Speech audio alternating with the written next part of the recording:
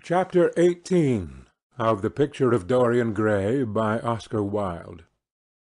The next day he did not leave the house, and indeed spent most of the time in his own room, sick with a wild terror of dying, and yet indifferent to life itself. The consciousness of being hunted, snared, tracked down, had begun to dominate him. If the tapestry did but tremble in the wind, he shook. The dead leaves that were blown against the leaded panes seemed to him like his own wasted resolutions and wild regrets. When he closed his eyes, he saw again the sailor's face peering through the mist-stained glass, and horror seemed once more to lay its hand upon his heart. But perhaps it had been only his fancy that had called vengeance out of the night and set the hideous shapes of punishment before him. Actual life was chaos, but there was something terribly logical in the imagination. It was the imagination that set remorse to dog the feet of sin. It was the imagination that made each crime bear its misshapen brood. In the common world of fact, the wicked were not punished, nor the good rewarded. Success was given to the strong, failure thrust upon the weak. That was all. Besides, had any stranger been prowling round the house, he would have been seen by the servants or the keepers. Had any footmarks been found on the flower-beds, the gardeners would have reported it. Yes, it had been merely fancy. Sibyl Vane's brother had not come back to kill him. He had sailed away in his ship to founder in some winter sea. From him, at any rate, he was safe. Why, the man did not know who he was, could not know who he was. The mask of youth had saved him. And yet, if it had been merely an illusion, how terrible it was to think that conscience could raise such fearful phantoms and give them visible form, and make them move before one. What sort of life would his be if, day and night, shadows of his crime were to peer at him from silent corners, to mock him from secret places, to whisper in his ear as he sat at the feast, to wake him with icy fingers as he lay asleep? As the thought crept through his brain, he grew pale with terror, and the air seemed to him to have become suddenly colder. Oh! In what a wild hour of madness he had killed his friend! How ghastly the mere memory of the scene! He saw it all again. Each hideous detail came back to him with added horror. Out of the black cave of time, terrible and swathed in scarlet, rose the image of his sin. When Lord Henry came in at 6 o'clock, he found him crying, as one whose heart will break.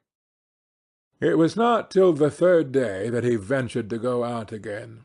There was something in the clear, pine-scented air of that winter morning that seemed to bring him back his joyousness and his ardour for life. But it was not merely the physical conditions of environment that had caused the change.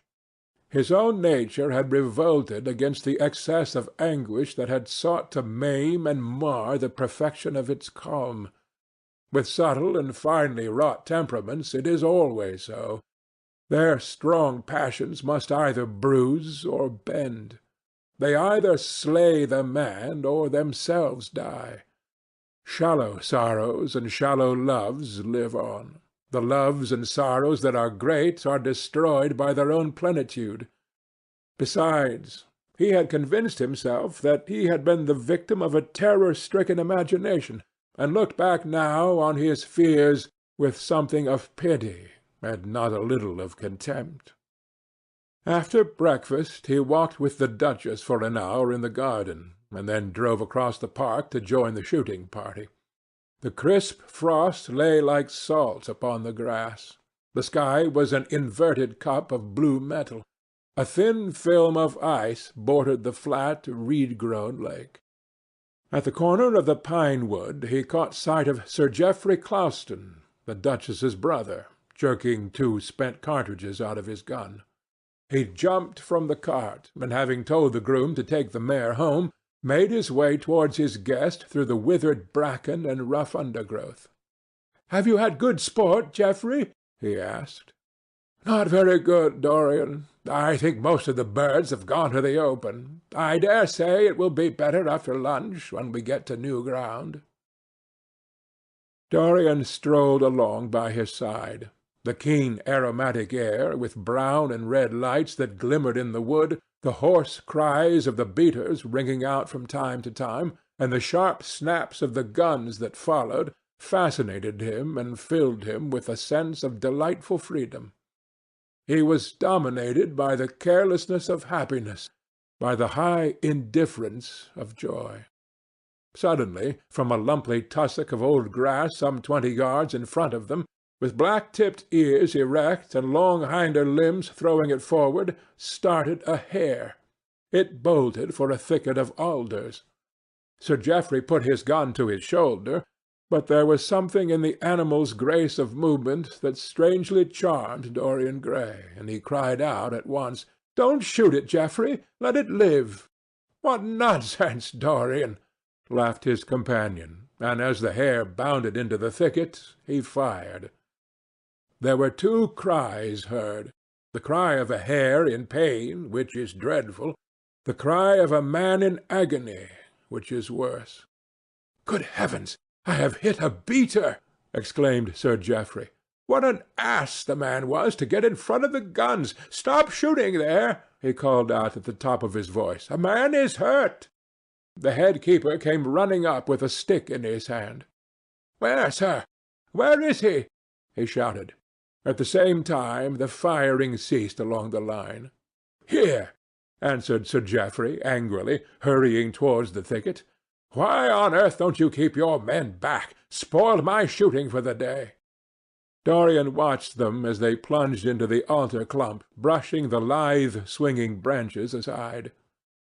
In a few moments they emerged, dragging a body after them into the sunlight. He turned away in horror. It seemed to him that misfortune followed wherever he went. He heard Sir Geoffrey ask if the man was really dead, and the affirmative answer of the keeper. The wood seemed to him to have become suddenly alive with faces. There was the trampling of myriad feet and the low buzz of voices. A great copper-breasted pheasant came beating through the boughs overhead. After a few moments, that were to him in his perturbed state like endless hours of pain, he felt a hand laid on his shoulder. He started and looked round. "Dorian," said Lord Henry, "I had better tell them that the shooting is stopped for to-day. It would not look well to go on." "I wish it were stopped forever, Harry," he answered bitterly. "The whole thing is hideous and cruel. Is the man—" He could not finish the sentence. "I am afraid so," rejoined Lord Henry. "He got the whole charge of shot in his chest. He must have died almost instantaneously. Come, let us go home." They walked side by side in the direction of the avenue for nearly 50 yards without speaking. Then Dorian looked at Lord Henry and said, with a heavy sigh, "It is a bad omen, Harry, a very bad omen." "What is?" asked Lord Henry. "Oh, this accident, I suppose. My dear fellow, it can't be helped. It was the man's own fault. Why did he get in front of the guns? Besides, it is nothing to us. It is rather awkward for Geoffrey, of course. It does not do to pepper beaters. It makes people think that one is a wild shot. And Geoffrey is not. He shoots very straight. But there is no use talking about the matter." Dorian shook his head. "It is a bad omen, Harry. I feel as if something horrible were going to happen to some of us. To myself, perhaps," he added, passing his hand over his eyes with a gesture of pain. The elder man laughed. The only horrible thing in the world is ennui, Dorian. That is the one sin for which there is no forgiveness. But we are not likely to suffer from it, unless these fellows keep chattering about this thing at dinner. I must tell them that the subject is to be tabooed. As for omens, there is no such thing as an omen. Destiny does not send us heralds. She is too wise or too cruel for that. Besides, what on earth could happen to you, Dorian? You have everything in the world that a man can want. There is no one who would not be delighted to change places with you. There is no one with whom I would not change places, Harry. Don't laugh like that. I am telling you the truth. The wretched peasant who has just died is better off than I am. I have no terror of death. It is the coming of death that terrifies me. Its monstrous wings seem to wheel in the leaden air around me. Good heavens! Don't you see a man moving behind the trees, there, watching me, waiting for me? Lord Henry looked in the direction in which the trembling gloved hand was pointing.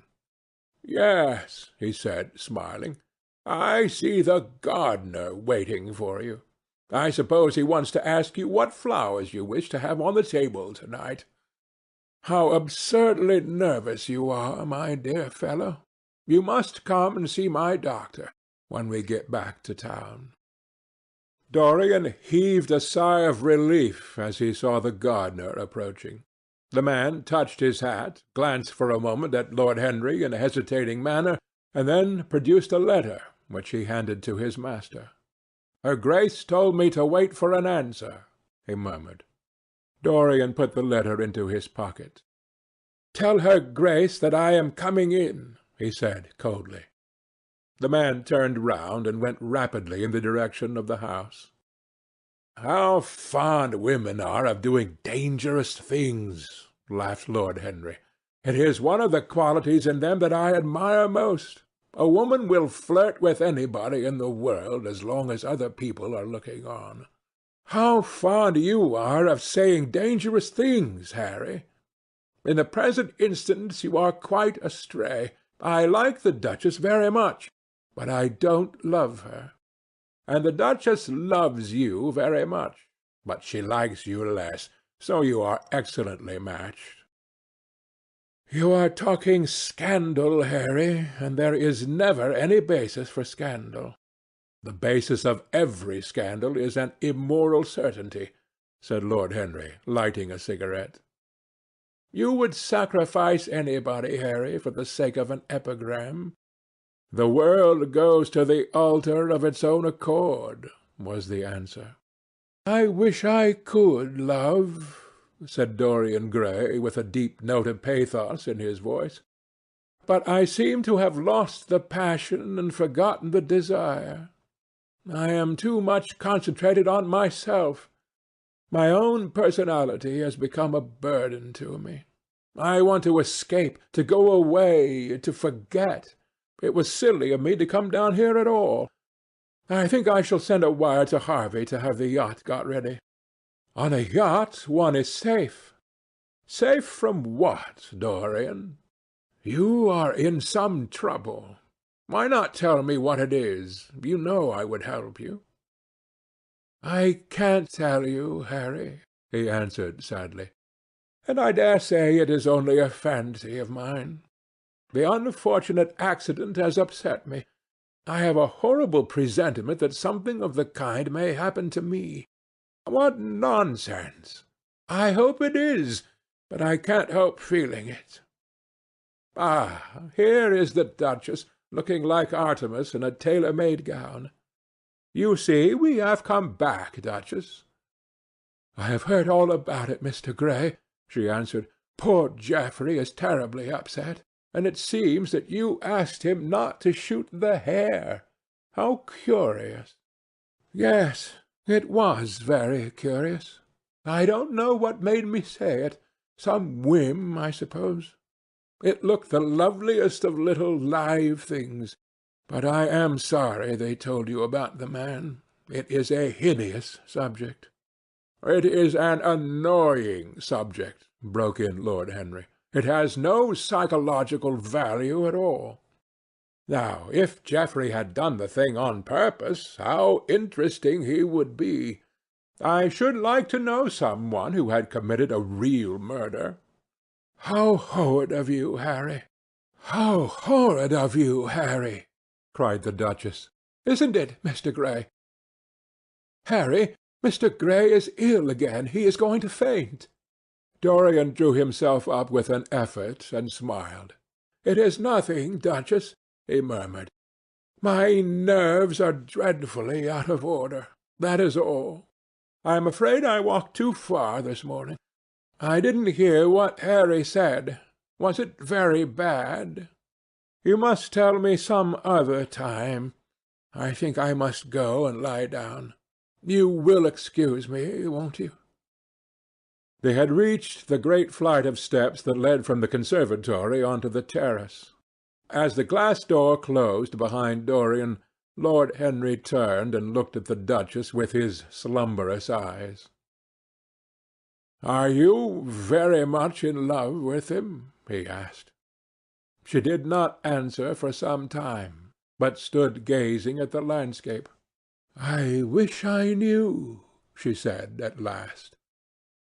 He shook his head. "Knowledge would be fatal. It is the uncertainty that charms one. A mist makes things wonderful. One may lose one's way. All ways end at the same point, my dear Gladys." "What is that?" "Disillusion." "It was my début in life," she sighed. "It came to you crowned. I am tired of strawberry leaves. They become you. Only in public you would miss them," said Lord Henry. "I will not part with a petal. Monmouth has ears. Old age is dull of hearing. Has he never been jealous? I wish he had been." He glanced about as if in search of something. "What are you looking for?" she inquired. "The button from your foil," he answered. "You have dropped it." She laughed. "I still have the mask." "It makes your eyes lovelier," was his reply. She laughed again. Her teeth showed like white seeds in a scarlet fruit. Upstairs in his own room, Dorian Gray was lying on a sofa with terror in every tingling fibre of his body. Life had suddenly become too hideous a burden for him to bear. The dreadful death of the unlucky beater, shot in the thicket like a wild animal, had seemed to him to prefigure death for himself also. He had nearly swooned at what Lord Henry had said in a chance mood of cynical jesting. At 5 o'clock he rang his bell for his servant, and gave him orders to pack his things for the night express to town, and to have the brougham at the door by 8:30. He was determined not to sleep another night at Selby Royal. It was an ill-omened place. Death walked there in the sunlight. The grass of the forest had been spotted with blood. Then he wrote a note to Lord Henry, telling him that he was going up to town to consult his doctor, and asking him to entertain his guests in his absence. As he was putting it into the envelope, a knock came to the door, and his valet informed him that the head keeper wished to see him. He frowned and bit his lip. "Send him in," he muttered, after some moments' hesitation. As soon as the man entered, Dorian pulled his cheque-book out of a drawer and spread it out before him. "I suppose you have come about the unfortunate accident of this morning, Thornton?" he said, taking up a pen. "Yes, sir," answered the gamekeeper. "Was the poor fellow married? Had he any people dependent on him?" said Dorian, looking bored. "If so, I should not like them to be left in want, and will send them any sum of money you may think necessary." "We don't know who he is, sir. That is what I took the liberty of coming to you about." "Don't know who he is?" said Dorian listlessly. "What do you mean? Wasn't he one of your men?" "No, sir. Never saw him before. Seems like a sailor, sir." The pen dropped from Dorian Gray's hand, and he felt as if his heart had suddenly stopped beating. "A sailor?" he cried out. "Did you say a sailor?" "Yes, sir. He looks as if he had been a sort of sailor, tattooed on both arms, and that kind of thing." "Was there anything found on him?" said Dorian, leaping forward and looking at the man with startled eyes. "Anything that would tell his name?" "Some money, sir. Not much, and a six-shooter. There was no name of any kind. A decent-looking man, sir, but rough like. A sort of sailor, we think." Dorian started to his feet. A terrible hope fluttered past him. He clutched at it madly. "Where is the body?" he exclaimed. "Quick! I must see it at once." "It is in an empty stable in the home farm, sir. The folk don't like to have that sort of thing in their houses. They say a corpse brings bad luck." "The home farm! Go there at once and meet me. Tell one of the grooms to bring my horse round. No, never mind. I'll go to the stables myself. It will save time." In less than a quarter of an hour Dorian Gray was galloping down the long avenue as hard as he could go. The trees seemed to sweep past him in spectral procession, and wild shadows to fling themselves across his path. Once the mare swerved at the white gate-post and nearly threw him. He lashed her across the neck with his crop. She cleft the dusky air like an arrow. The stones flew from her hoofs. At last he reached the home farm. 2 men were loitering in the yard. He leaped from the saddle and threw the reins to one of them. In the farthest stable a light was glimmering. Something seemed to tell him that the body was there, and he hurried to the door and put his hand upon the latch. There he paused for a moment, feeling that he was on the brink of a discovery that would either make or mar his life. Then he thrust the door open and entered. On a heap of sacking in the far corner was lying the dead body of a man dressed in a coarse shirt and a pair of blue trousers. A spotted handkerchief had been placed over the face. A coarse candle, stuck in a bottle, sputtered beside it. Dorian Gray shuddered. He felt that his could not be the hand to take the handkerchief away, and called out to one of the farm servants to come to him. "Take that thing off the face. I wish to see it," he said, clutching at the door-post for support. When the farm servant had done so, he stepped forward. A cry of joy broke from his lips. The man who had been shot in the thicket was James Vane. He stood there for some minutes looking at the dead body. As he rode home, his eyes were full of tears, for he knew he was safe. End of chapter 18.